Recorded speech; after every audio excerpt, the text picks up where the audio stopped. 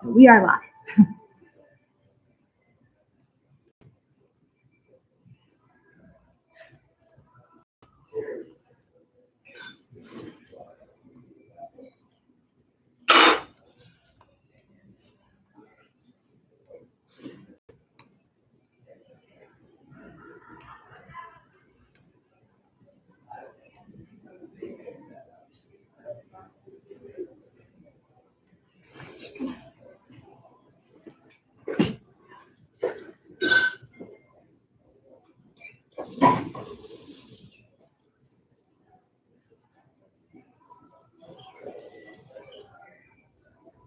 We're just getting weird. Oh yeah. True. Is it still there? Because I feel like the sensor, which is fine for me, but I just don't know if it's reading anything. I'm trying to figure out where It's there. Oh, I guess it's up there. You can just yank it. There you go. Yeah. Beautiful. Yeah, awesome.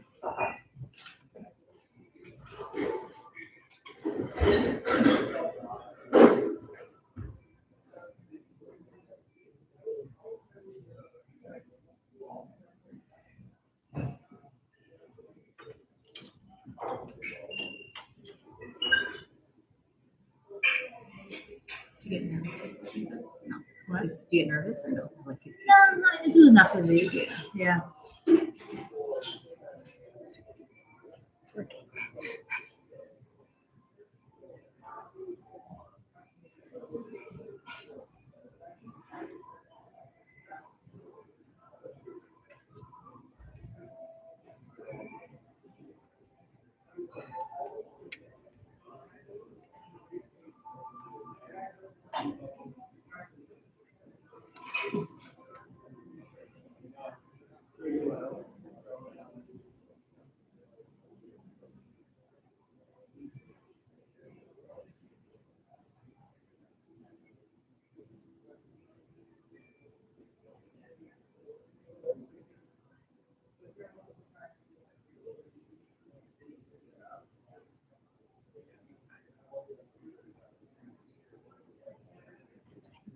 I'm going to give you a 5-minute warning, okay? Just because we have to be off so that the fashion show can go on. So you give a 5-minute. Yeah. So at like 7:55, I'll just, Okay. So you guys know to kind of wrap it up.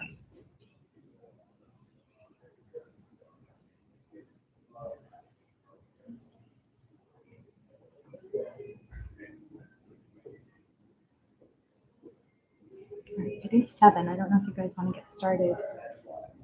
Just doing some, we have a couple people on. Yeah. So I don't know if you guys want to get started and we can just kind of take it slow as people join.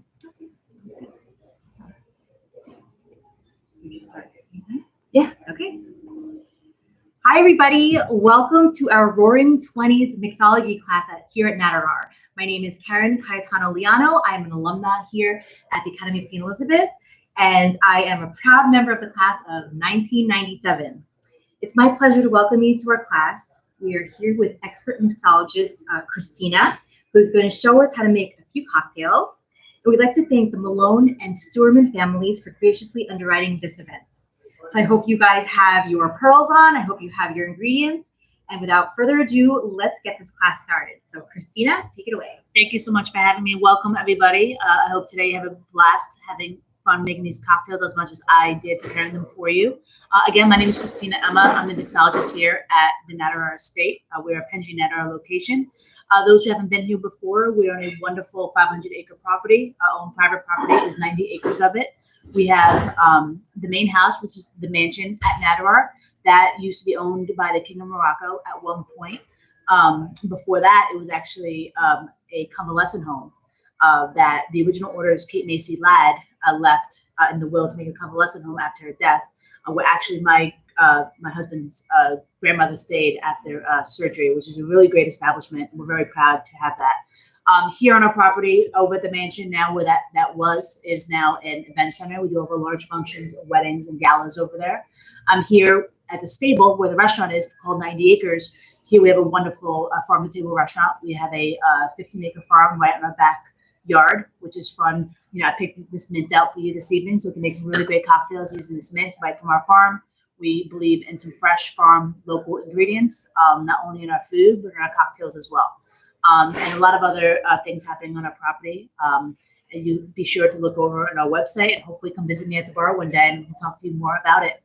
I am a proud local Morristown resident, so I'm very familiar with Twenties. And my mother-in-law is a proud alumna as well of Twenties in 1974. So it is a pleasure doing this with you today because it's close to my heart, and I hope you guys enjoy it. Talking about the Roaring Twenties today, and the Great Gatsby theme. In that time was the Prohibition era. During Prohibition was the time of 1920 to 1933, and during that time, there was a ban of consuming of alcohol and selling of alcohol, transportation of alcohol. But that didn't really stop people from drinking. People then still just found ways to drink. And during that time, what people drank was things that were easy to hide, easy to make. And that's what gin was very famous back then. You'll notice a lot of people say bathtub gin during the Prohibition time. Bathtub gin was basically when, people couldn't go out and buy gin, but it was easy to make at home.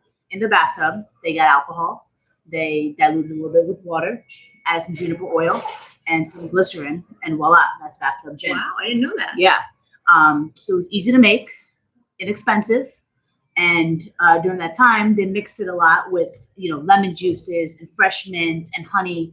And that's where a lot of the Prohibition style cocktails were invented, because it was stuff that they were easily accessible and easy to make at home, and would hide the flavor of the inexpensive gin that they made. So that's where a lot of the Prohibition style cocktails were created. And today we're going to teach you guys how to make a couple Prohibition style cocktails and a non-alcoholic cocktail that you can easily make at home and have fun doing it.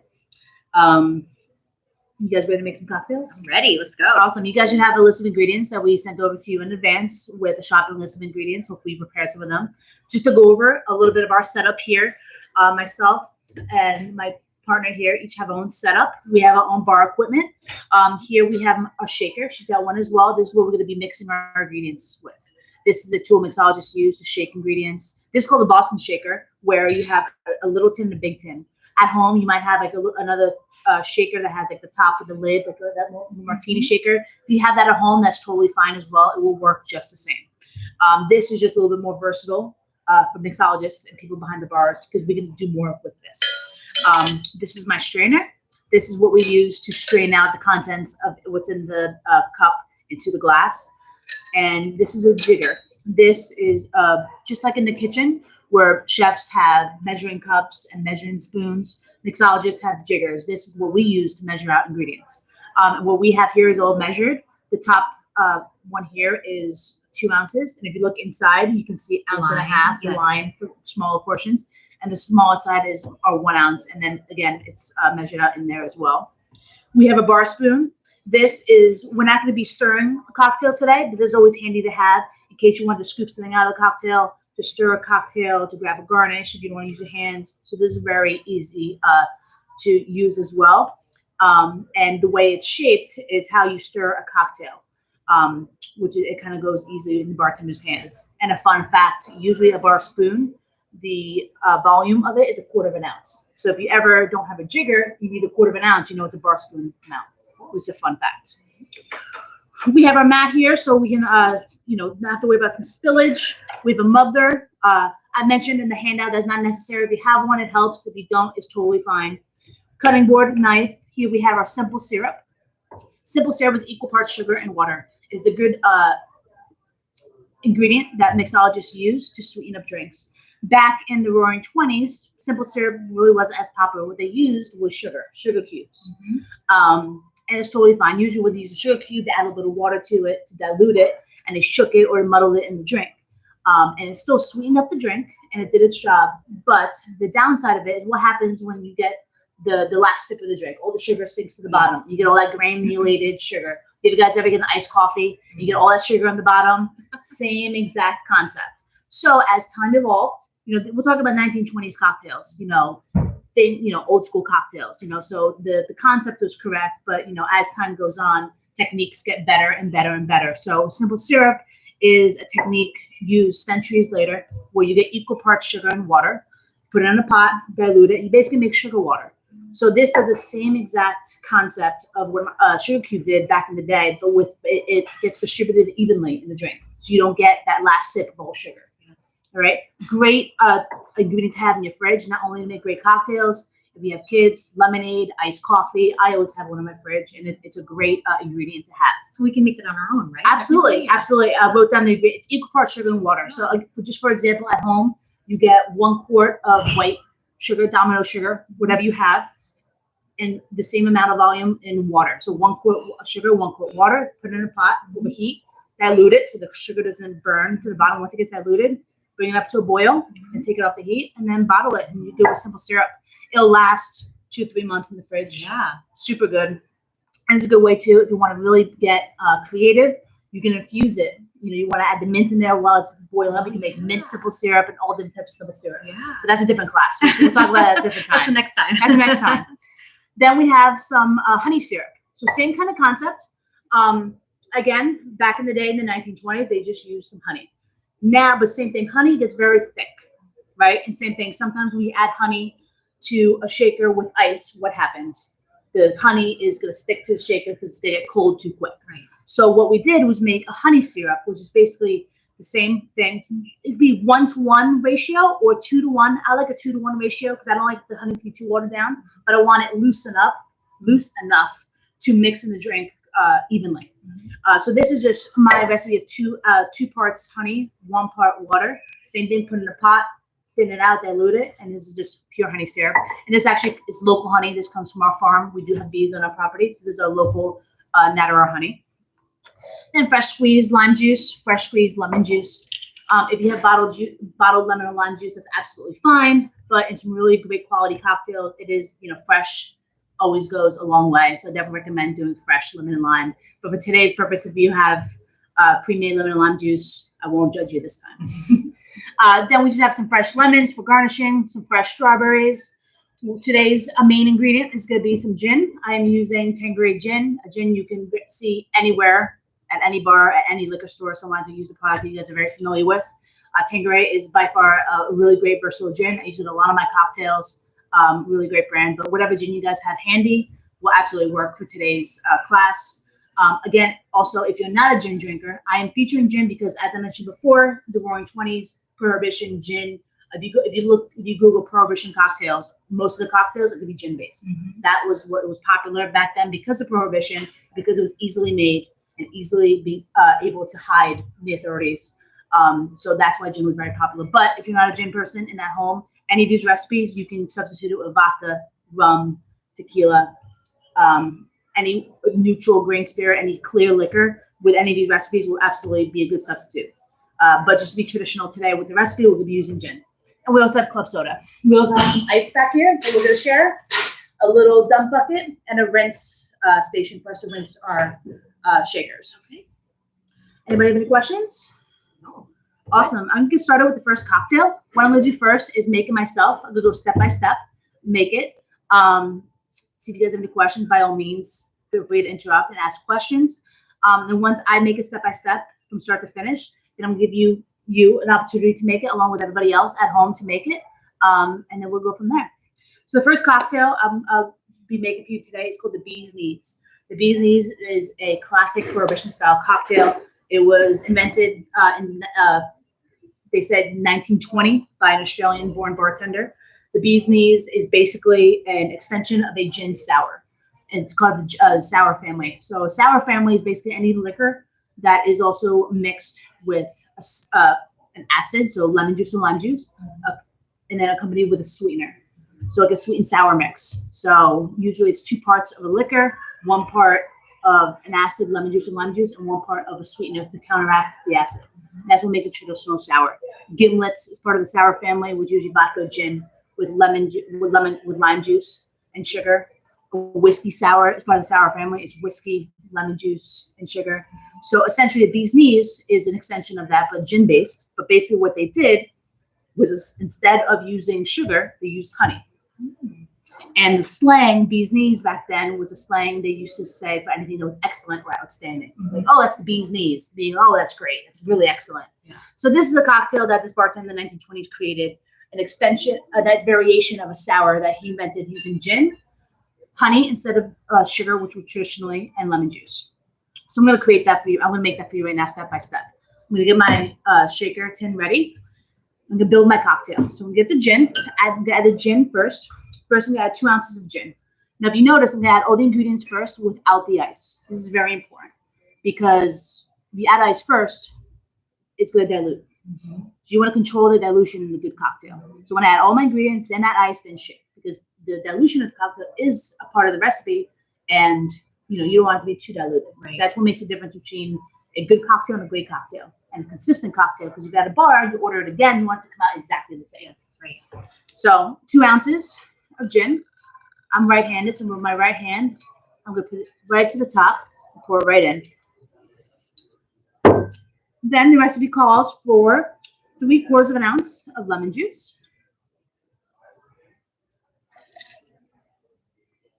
And then 3/4 of an ounce of the honey syrup. It's very simple. So as you see in the traditional sour, it's going to be equal parts of the sweet and the sour. Right? So 2 ounces of gin, 3/4 of an ounce of lemon juice, 3/4 of an ounce of honey syrup. Then I'm going to add ice. Now, if you have the traditional cocktail shaker at home, you can put the top on with the little cap and just shake it vigorously. I have this Boston style shaker, so I'm going to add my large tin up here. You lock it, flip it, and shake it.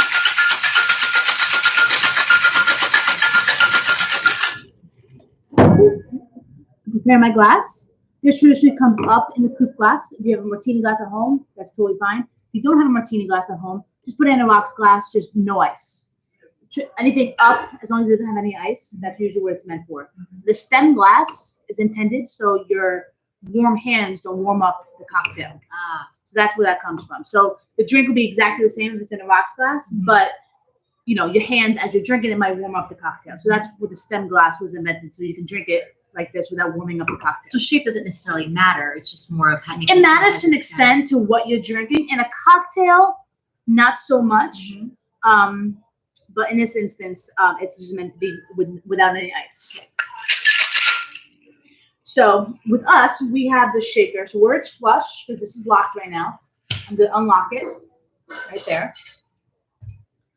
Get my strainer, put it on top. I'm right-handed, so I'm going to put my fingers here in the tin, and I'm going to put my finger right here on the top of the strainer. So this now doesn't go anywhere, right? And with my finger, I can control how much of the ice or how much of the little particles I'm going to let out. I'm going to strain it right here into my coupe glass. This is one of my favorite cocktails. It's delicious. It's delicious. And then you can leave it as is. Garnish it with a slice of lemon. Traditionally, I like just doing a lemon. Just like using a lemon twist. Well, I'll just get a peeler and just peel a nice thin zest of the lemon. And what I'm going to do is just squeeze this lemon zest on top. Everybody see that? You see the oils kind of squirt everywhere? That's what you want, because the oils are going to leave a nice little essence of lemon in the glass. Nice. So basically, when you take a first sip, first you smell first. And what you're going to smell is all the lemon from the oils. And that's going to be your bee's knees. Very nice. Very simple. You ready to get to work? Yeah. Everybody at home ready to get to work?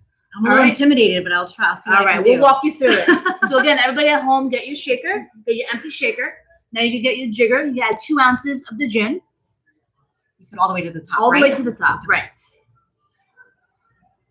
You want to make sure you're pouring it next to your tin, so if you spill, you're not spilling too far away. Pour it in. Pour it in. Beautiful. Okay, great. Then you add 3/4 of an ounce of the lemon juice. Lemon juice, okay. So that is the line. Right below at the top. Right. And again, if your jigger says 1 ounce, as long as it's equal parts of the lemon and the honey, that's really all it is. It's equal parts of the lemon and the honey. Okay. Great. Then we're gonna add ice. Okay. And so the ice, I saw you. So you filled it all the way to the top. Fill it all the way to the top. Ice is your friend. Okay. So what happens is people don't use too much ice. Then you ever notice you go to your cocktail might be up to here. because you're not melting the ice enough. So you want the water content to go into the cocktail. That's part of the ingredient. Great. Okay. So put it right on top. This on top. Right. And then you lock it. Great. Now flip it over. Okay. And you go shake. All right, this is the fun part. Yeah. There you go. Am I shaking it right? You're shaking it great. Okay. How much time do you give? A couple more minutes, right? You're working me out. All right, that's good. Perfect. Okay. So let's get your glass ready. Put it in front of you. Okay. Awesome. Great. So now you unlock this. You're going to hit it right here with your hand. Okay. Was that enough? Right here. There you go. You got it. You got it. Great. So you get your strainer. Put it on the top of your glass just like this. Hold it like this. Great. Now you're going to pour it into your martini glass. Great. There we go. Nice. That looks great. It looks good. I don't know how it tastes, but it looks good. We'll find out in a second. Okay. Fantastic. So now we're going to garnish it. So now you get a lemon, make a nice peel, or you can garnish it with a lemon wedge or lemon slice, whatever you like. Traditionally, it's the peel, but I'll let you Let's do the peel because I've never done that before. There you I'd like go. to see. Okay, so just peel it. Yeah, just like you would, peeling an orange at home or peeling a carrot. Same kind of concept. I don't know if I got it big enough. There we go. Let's try That'll that. work. Okay. Great. And then what did you do? You squeezed it on? So yeah, You twisted it? Exactly. So what I do, I squeeze it right on top.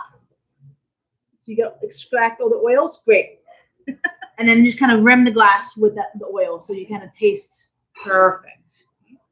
Great. And then just drop it in. Nice. Cheers. Cheers. Cheers, First everybody at cocktail. home. Cheers, you guys. Mmm. It's good, right? I think I did pretty good for my first pretty time. good. You're a good teacher. Thank you. So the classic drink, again, if gin, you're going to taste some of the juniper notes in there. And then the lemon complements that very well. And then you get a little sweetness from the honey, but it shouldn't be too sweet and it shouldn't be too sour because, again, it's equal parts of the lemon juice and the honey syrup. In essence, it's an adult lemonade with gin. That's really what it is. Yeah. And again, if you make this with vodka, and instead of honey syrup, use simple syrup, that's a lemon drop. Oh. So you can make this with a lot of different ingredients. If it's whiskey, and again, it's simple syrup, it's not honey syrup, it's a whiskey sour. So again, it's in the sour family. Mm-hmm. So any cocktail that has, a spirit with an acid and a sweetener is part of the sour family. So if you were to substitute it with, like, say, vodka or something else, would it be the same amount that you would use with the gin? Or Absolutely. Usually, traditionally, it'll be 2 ounces, 2 parts of the liquor, and then 3/4 an ounce or 1 part of the acid and equal parts of the sweetener. Okay. There might be some variations. We might have 3/4 of an ounce of lemon juice and like 1/2 ounce of simple syrup or agave or honey syrup. And in those cases, they're just tweaks of recipes that people will create. But in the cocktail Bible, in the cocktail book, a traditional sour is 2 parts of gin or liquor with 1 part the acid and 1 part of the sweetener. Got it. And this can easily serve on the rocks as well over ice. So if you're a person that doesn't like to drink a cocktail straight up like this and likes it ice cold, because a cocktail like this, again, we shook it very well, so it's gonna stay cold for a while. But as it sits, it's gonna warm up, right? But if you have it on the rocks over ice, it's gonna stay cold. But the the downside of that is it'll get more diluted as the ice melts. So it really is depending on how you like to drink the cocktail. But this is a traditional bee's knees cocktail. Cool. So now, if you were to put it on the rocks, would you make it stronger then, though, to compensate for the dilution? Not necessarily. Not necessarily. Okay. Again, the cocktail isn't meant for you to sip for a long time. Yeah, right. But if you're making it at home and you want to do it that way, by all means, you can be your own mixologist at home and do it that way if you like. Got it. Anybody have any questions about this cocktail? Awesome. Great. Do you have anything to add about this cocktail? No, I'm it's hard for me to find which cocktails I like, and this one is like the perfect amount of, like you said, sour and sweet. So I like it a lot. Do you feel like if you like gin, you'll probably stick to gin usually with your cocktails, like with people's preferences, or people like vodka, they'll usually stick to like a vodka kind of drink, or usually, gin and vodka are very similar. They're both neutral grain spirits. Essentially, gin starts off as vodka, but then is infused with a bunch of botanicals. Oh. So that's really the main difference between gin and vodka. The base of it is the same, whereas vodka is just the distilled spirit on its own, triple distilled, however, of the grain spirit, or the gluten-free ones made from corn or potato or whatever. Gin is made the exact same way, but then they infuse with a bunch of botanicals. Oh, Most gins have 60, anywhere between 8 to, Monkey 47's got 47 botanicals in it. And the main botanicals is juniper berries, coriander, there's some lemon peel in there, and all these really crazy botanicals in there. But that's what gives gin that gin flavor, is the botanicals. Because if you didn't have the botanicals in gin, it's essentially vodka. Got it. Okay. Yeah. I didn't realize. Yeah. But really great cocktail. One of my favorites. This is very popular this time of year, spring, summer. Yes. It's super refreshing. It's definitely, like you said, it's like an adult lemonade. So I feel like with the warm weather. Can you have this in the winter and the fall? Absolutely. This is, any bartender should be able to make this as long as they have honey syrup. It's a classic prohibition style cocktail. Mm-hmm. And you have different variations of it. What I did here actually on our cocktail menu last year, well, the year before COVID, forgot COVID happened for a second. We had this cocktail on our menu, but again, here we like to create all really great cocktails and utilizing some fresh ingredients in the farm. So I created a cocktail. It was a twist off of a bee's knees, where I used a local gin. I used all local honey. But what I did was I infused the honey with fresh chamomile from our farm. Ooh. So I made a chamomile infused honey and then lemon juice. That sounds So I made it the exact same way, but I just used a local gin. I used Blue Coat gin, which was the Philadelphia dry gin, which I love to use. And this exact same honey. While it was in the pot, like I mentioned before, 2 parts honey, 1 part water. I put about a handful of fresh chamomile flowers from a farm. If you don't have fresh chamomile flowers, you can use dried chamomile, like tea bags. That's totally fine too. Let it seep in there like a tea. Then take it off the heat, let it cool, strain it, and it was just a beautifully created chamomile flavored honey. And it was great. It complemented the gin very well. It was exactly what we made right now, just with a nice little essence of chamomile. I garnished it with a nice little chamomile flower, and it was beautiful. It was one of my best sellers that year. That sounds really nice. Yeah. Wow.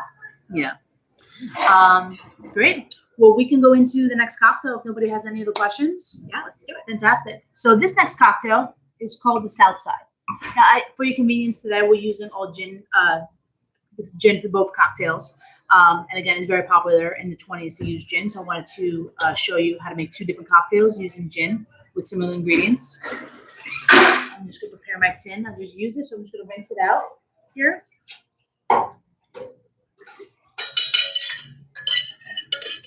Okay. So the next cocktail we'll talk about is the South Side.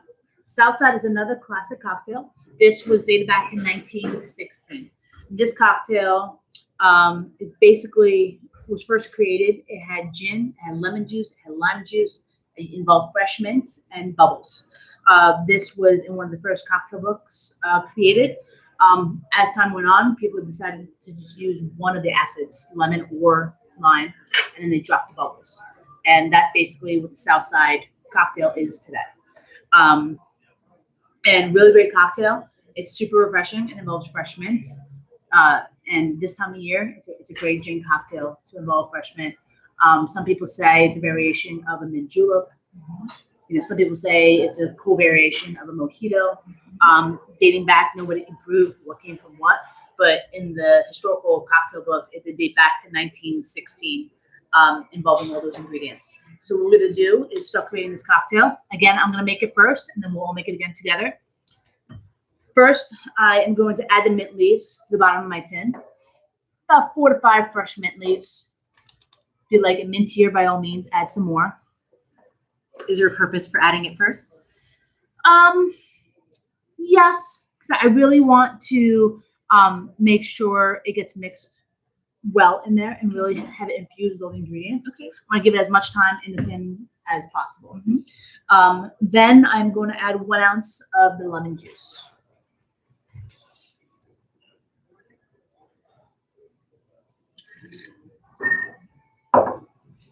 Then 2 ounces of the gin.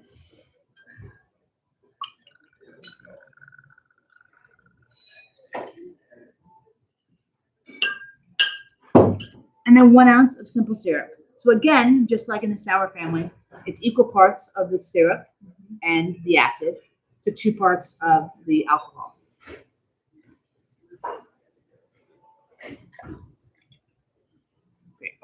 So I have all my ingredients in here. I have the mint, I have the gin, I have the lemon, and I have the simple syrup. Again, simple syrup is equal parts sugar and water. All right. Then I'm going to add my ice.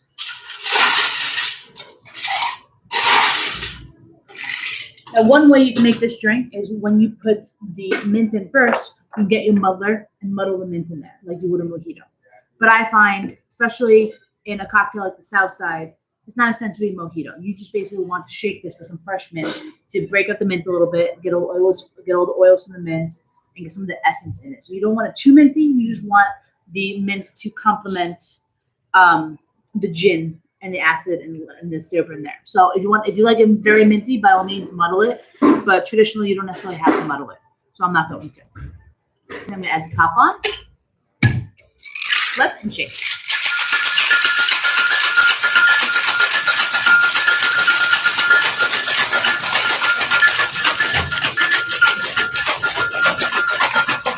Over time, too, you'll find different recipes of this online. You'll find a South Side that has lemon juice. You'll have another recipe of South Side that has lime juice.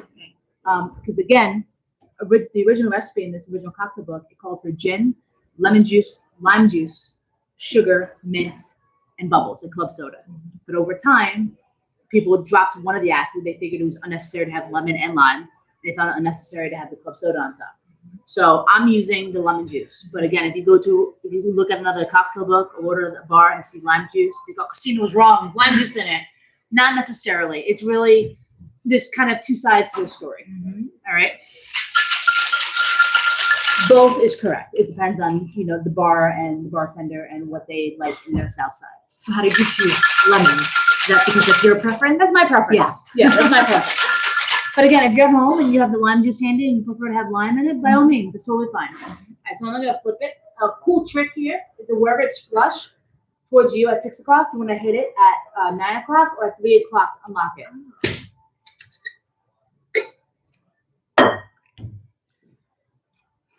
Again, this goes up in a glass. Again, at home, if you prefer it on the rocks with ice, that's totally fine. If you want it up but you don't have a martini glass, just put it in a rocks glass, but just strain it with no ice. It's totally fine. Now, if you look on my strainer, I'm going to push it towards the end a little bit more because if I don't, a lot of that mint is going to fall out. Yes. So I want, if you look here, you see little specks of mint. That's what I want. I don't want big leaves of mint. So I'm going to push this a little bit more towards the top to block some of the big particles of mint to going in. So that's a beautiful South Side. Now to garnish it, you can garnish it many ways. The traditional garnish is a mint sprig. So I'm going to get here and pick out a nice mint sprig. And what I'm going to do, whenever you're handling fresh herbs in a cocktail, you want to put it in the palm of your hand. You want to slap it. What's that do? Oh, smell. Smell it immediately. Yeah, you right? Do. Yeah. So that's what it does. It's going to break up all the oils, the mint. So that way when somebody takes their first sip, I mean, from here, I can smell the mint. Yeah, I can smell the mint from here. Exactly. It's not wrong if you don't slap it, but again, you want the full experience of the cocktail. Yeah. So the garnishing isn't always just to make the cocktail look pretty. Yeah. It is a prime ingredient in the cocktail. Again, with the previous cocktail, the lemon twist, you wanted to spray the lemon oil on it to get all the aromatics. Same thing with the mint. You want the aromatic of the mint. Not only does it make the cocktail look pretty, but it also you get the full experience of the fresh mint. And that's the cocktail. So this is going to showcase a really nice gin featuring Tanqueray today. Equal parts of simple syrup. And again, lemon or lime. Both recipes are valid. I use lemon. Shake it up really nice with some fresh mint and strain it up in a glass. And if you look here, you can get nice little tiny particles of mint floating in there.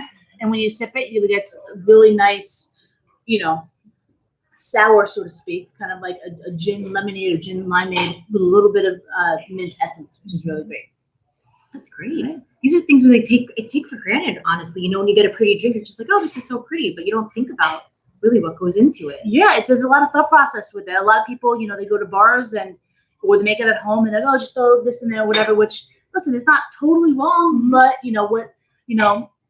mixology is it's its own, it's a real job to me. It's not just a bartending gig. It is my career. The beverage world is something I truly have a passion for. And create, when you sit at my bar and I give you a drink like this, I want you to take a sip and think, wow, this is great. Just like chefs, they take pride in the dishes that they make. True mixologists and bartenders, they take pride, in a great cocktail. And something I love to do is stuff like this, is teaching you guys at home how to make great stuff like this, so you guys can then show off for your next cocktail party at home and have a really cool family dinner or cool pool party. Because you can really do a lot of cool things with liquor and fresh ingredients that it's a lost art. A lot of people take it for granted. Took the words out of my mouth. Yeah, you could tell how like passionate and knowledgeable you are about everything, for sure. And I'm inspired to do something at home and try this out. Yeah. Well, whenever you want to pick up a shift here with me, you let me know. Anybody at home, we're looking for bartenders. You let us know. All right. Well, let's get you making the south side here, and everybody at home. And again, if anybody at home has any questions while we're making this, please let us know. Okay. So we're gonna dump out everything. Yeah. Let's dump out our previous cocktail. Just give it a quick rinse. It's quick rinse. Perfect. Beautiful. Great. Now we're gonna create this cocktail. So what I like to do first is add the mint. Right. How many did you say? 5? Yeah, a good handful, 4, 5 to 6 pieces of mint, depending on the size of mint that you have. If you have the little mint leaves, be a little generous with the mint. Sure. But you don't want it to be, too green. Again, you want the gin and the acid and the simple syrup to really shine. Okay. So now you get 2 ounces of the gin. Okay. 2 ounces. You said close to it. See, listen. Yeah, good. Perfect. There you go. You're a great student. Okay, and then 3/4 of an ounce of, I did lemon juice. If you want to do lemon or lime, I'll leave it up to you. Okay. Let's do lemon. Okay.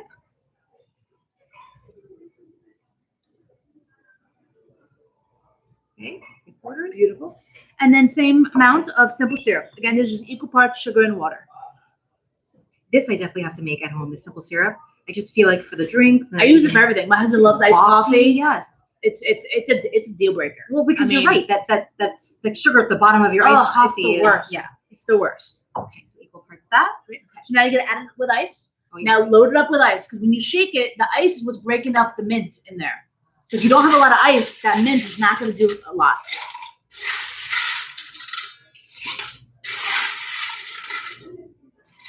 Great. Okay. Now you got the top 10. Great. Tap it on top to lock it. Great. Now flip it over. Now shake it real good. There we go.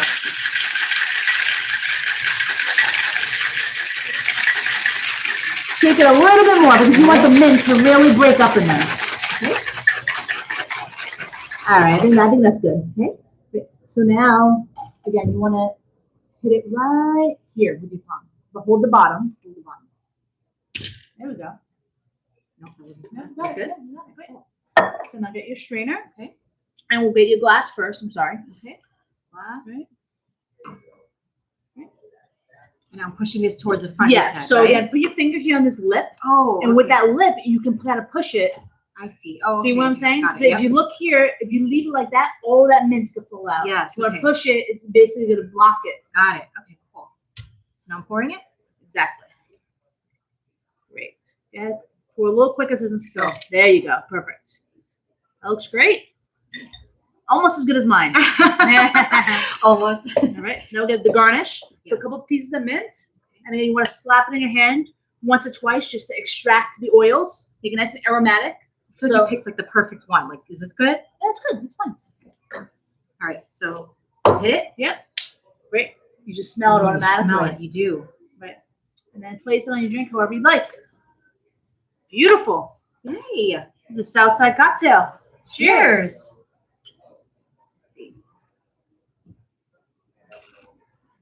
Oh, I like that. So good. I like that a lot. Yeah. Mm-hmm.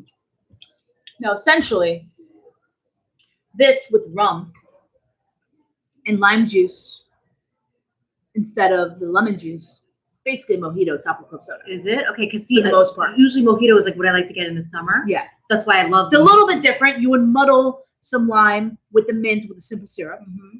Then you would add the rum. Then you would shake it, Mm-hmm. strain it, and then top with club soda. Mm-hmm. So again, it's in the same family. You know, a lot of these cocktails and a lot of these classic cocktails, they're essentially very similar ingredients, but one cocktail is sub this out with that and this instead of that, and that's how all these cocktails were created. Yeah. Yeah. This is great. Again, this is also, I also picked cocktails not only from the Roaring 20s, but also cocktails that we can enjoy this time of year. On a nice hot day, it's super refreshing. Again, this with rum is fantastic. This with vodka, my favorite, one of my favorites. I have a lot of favorites.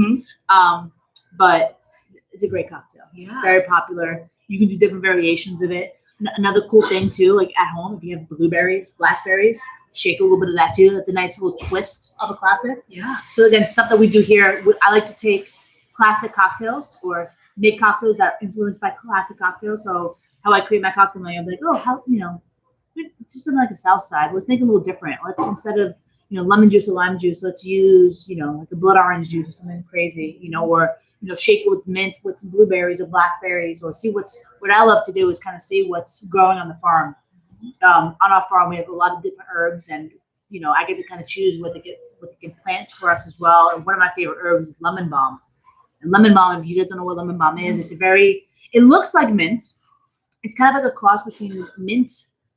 It's kind of like a lemon mint. It's kind of like a mint had a little lemon zest to it. And I've made a Southside cocktail before with lemon balm instead of mint, and I shook it with fresh blackberries. It was a great cocktail. But again, the inspiration came from a classic cocktail, the Southside.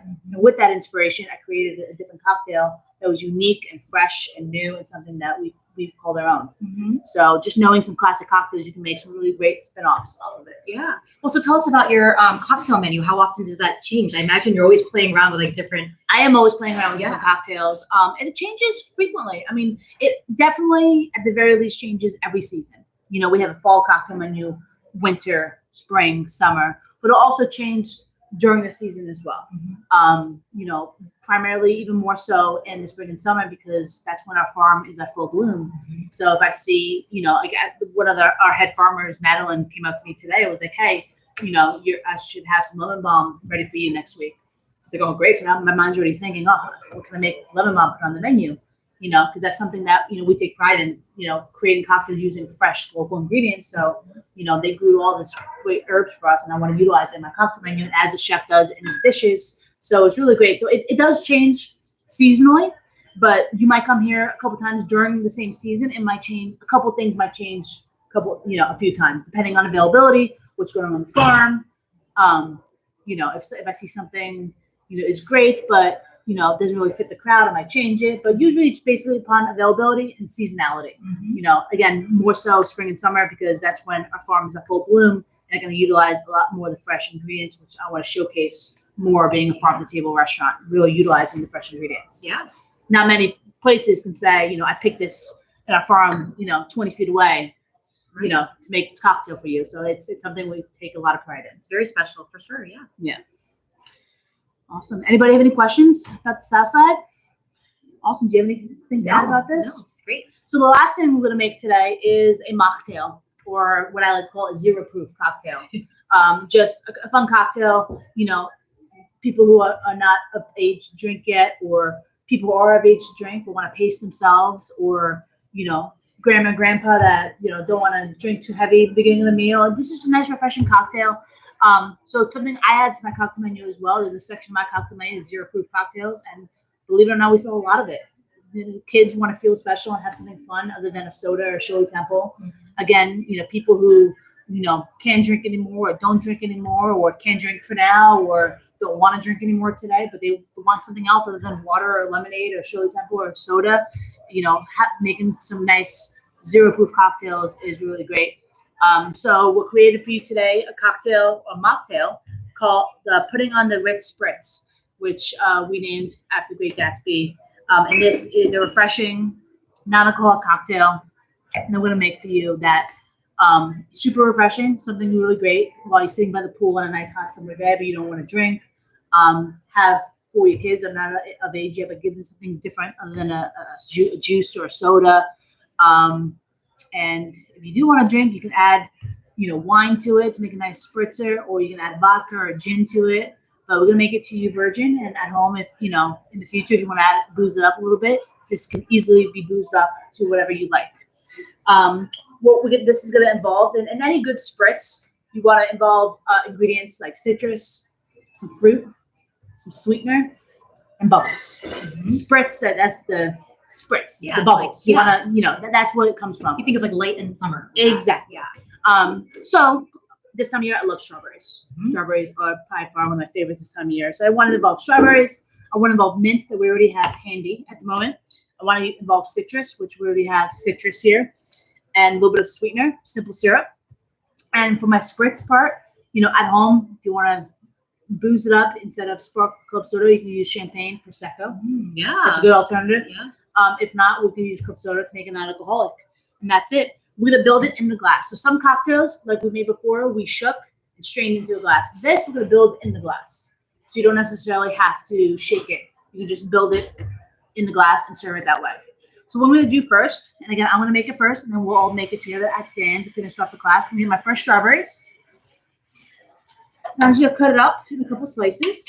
You can cut it up in slices, in cubes, however you like. I am gonna cut it up in some slices like this.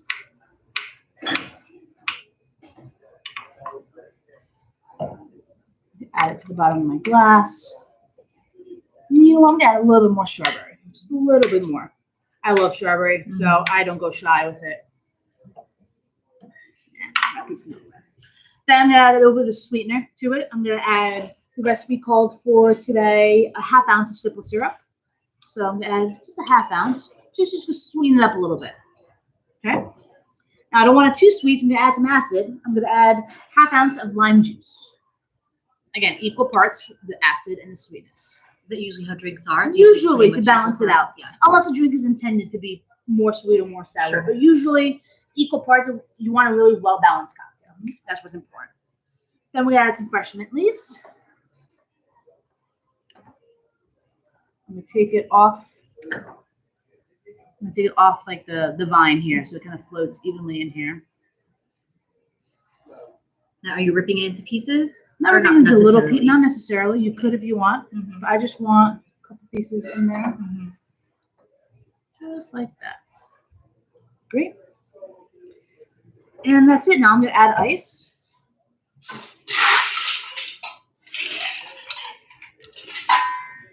And I'll top it with some club soda. Beautiful. Thank you.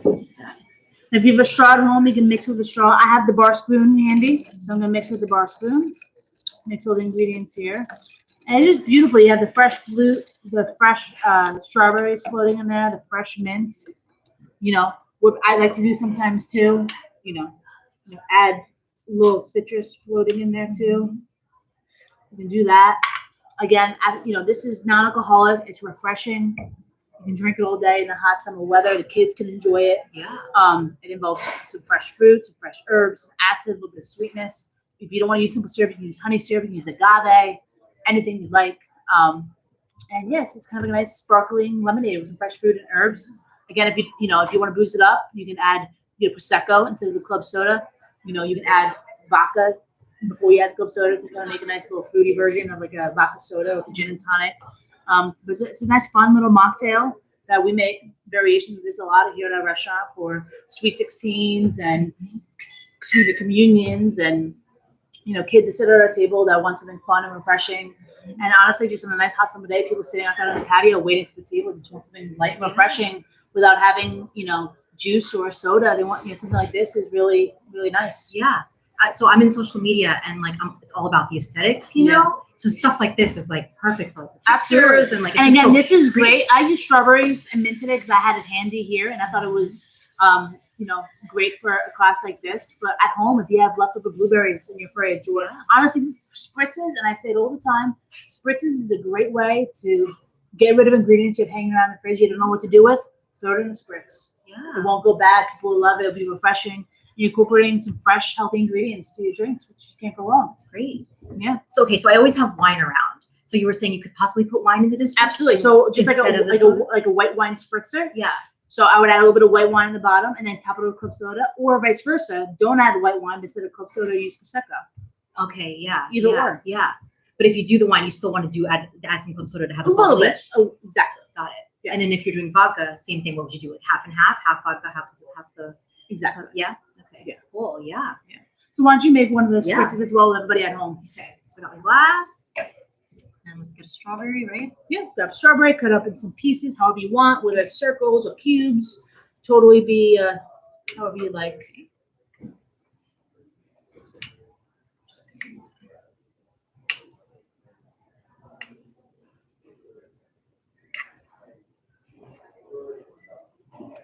So put it into the glass. Put it in the bottom of the glass. Do you ever mix berries? Or You could, think you yeah. usually stick Yeah, to? you can do strawberries and blueberries. You Yeah. can, again, anything you have in the fridge. Yeah. You have some oranges in there, anything. I mean, spritzes, like I said, spritzes are my go-to. Use whatever I have in the fridge that I got nothing, trying to get rid of. You have like a couple things up that you're like, oh, what can I make with just 2 strawberries? Mm-hmm. Throw it in a spritz. Okay, so Great. strawberries are in. Fantastic. So now let's add a little bit of simple syrup. Simple syrup. Tell me how So much. we're gonna add half of an ounce. So this is simple. Okay. Okay. Put it in. So now you got the same amount of the lime juice. Okay. Now, did you choose lime? Was that you that chose it, or like, can you do the lemon juice if you want? You could do the lemon juice if you want. I just like to add a little acid to it. You can use lemon juice, lime juice. I mean, if you want to use orange juice, any acid you have, but I like lime in my spritz. Especially, I don't know. I'm a club soda and lime kind of girl, so I like the lime in my spritz. Yep. Okay. And is it ice now? Yep. Now you add your ice. Oh, no, mint. not mint. Mint. That's the important part. Okay. And again, if you don't have mint at home with spritz, what I love to do, especially with strawberries, is strawberry and basil.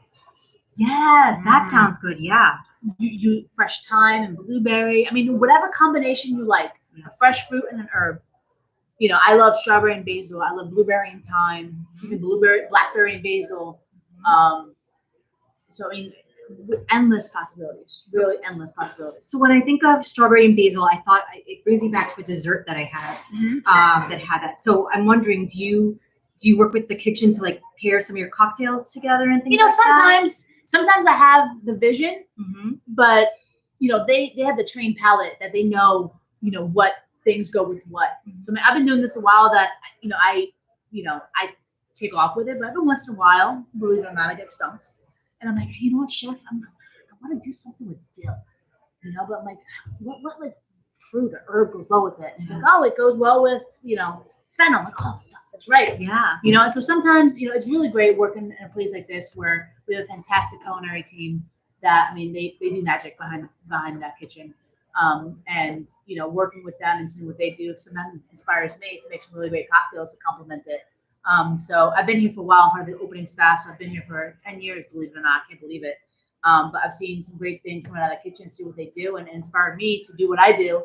And, I've done that over the years because of that. To be around great people and people who love what they do and truly believe in what they do and take it to the next level. And that's something I try to do with the bar program. I feel like you all probably just feed off each other's energy and like everybody's knowledge, just sharing all of it. It's amazing. Yeah, absolutely. So ice? Ice, yes, add ice.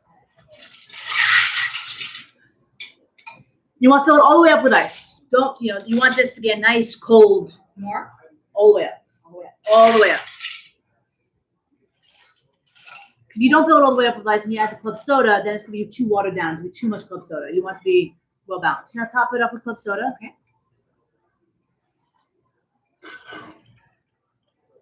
Okay. Yeah. Now with your spoon, just give it a nice little stir. You want to just kind of stir it up a little bit because some of that's the simple syrup and the lime juice is in the bottom there. So you want to just stir it up a little. Is there any specific technique to the stir? Well, technically, so if you look here, if you have the spoon, you're like this. You want to push it towards you and then away from you. And then this is how a true cocktail stir is. Not bad. There you go. Mine is not as smooth as yours, but work in progress. Yeah. Oh wait, I need some lemon in here. Oh yeah, I forgot the lemon. Add a little lemon. I added that afterwards, but did you? Okay, I did, but you can do it. Okay. So what? Just a slice? Yeah, a little slice. There you go. And then did you squeeze it or you just put it in? I just threw it in there. Okay. It adds an extra color, which is nice. It does, yeah. I like the color aspect. Aesthetics. And that's it. All right. Cheers. Cheers. That's very refreshing. Super refreshing. Definitely perfect summer drink for sure. This is something my mother-in-law would drink, after, working in the garden all morning, doesn't want to drink in mid-afternoon, just wants to make it nice and refreshing. People always have club soda or Pellegrino in their fridge. Add some fruit and mint and a little bit of sugar and acid, and you got a nice, refreshing, fresh drink. Yeah. That's great. So if you had to choose a favorite between these, what would you say? I'm sure that's hard, but. all so good. I wouldn't choose one, but if I had to, if you're forcing me, I'll say the South Side. South side, yeah. I like the herbaceousness of the mint in there. That complements the gin really well with the acid and the sweetener. Mm-hmm. But I mean, I've messed around with both types of cocktails and made my own little spin-offs of both of them, and they're both really great cocktails. I would say the same, actually, the South side too, but I wouldn't have described it the way you did. You described it very well with your herbaceous. It just tastes, refreshing, and I love most drinks that have mint. I love, and yeah, I don't know, it's good. Yeah. Awesome. Yeah. Anybody at home have any questions before we finish off here? Awesome. Well, thank you so much for having me. Yeah, this was great. This has been a pleasure. It has been, I love doing this kind of stuff. Those who are in the area, I do classes here for the public at least once a month. Look out our newsletter, social media. We do them all the time. And I hope to see you guys here soon and come visit me at my bar. Yeah, but definitely. Well, thank you guys so much for tuning in. So excited now for you guys to be at the fashion show and see our class of 2021 strut the runway. So thank you so much, Christina. Thank you for having us here. Thanks for having me. Yeah, I appreciate it. So Had great. a lot of fun. Yeah. Good night, everybody. Good night.